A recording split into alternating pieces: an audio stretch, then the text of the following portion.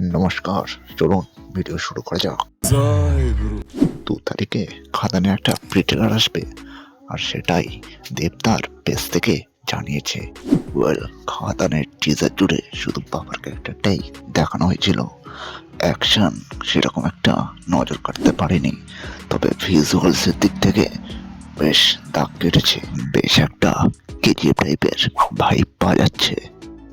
এবার দেখার বিষয়টা হচ্ছে যে ছেলেদেব কতটা ছাপ ছাড়তে পারে। টিজারে অ্যাকশন নিয়ে সবার যে অভিযোগটা ছিল, সেটা আশা করছি প্রিটেলারে আর থাকবে না। অনেকদিন পরে দেব আবার অ্যাকশন জোনেতে ফিরতে চলেছে। দেখার বিষয় এটাই হলো যে দেব কি অ্যাকশন সিনেমাতে আগের মতন ব্যবসা নিতে পারবে কি পারবে না। আপনাদের মতামতটা কমেন্ট বক্সে জানিয়ে যাবেন।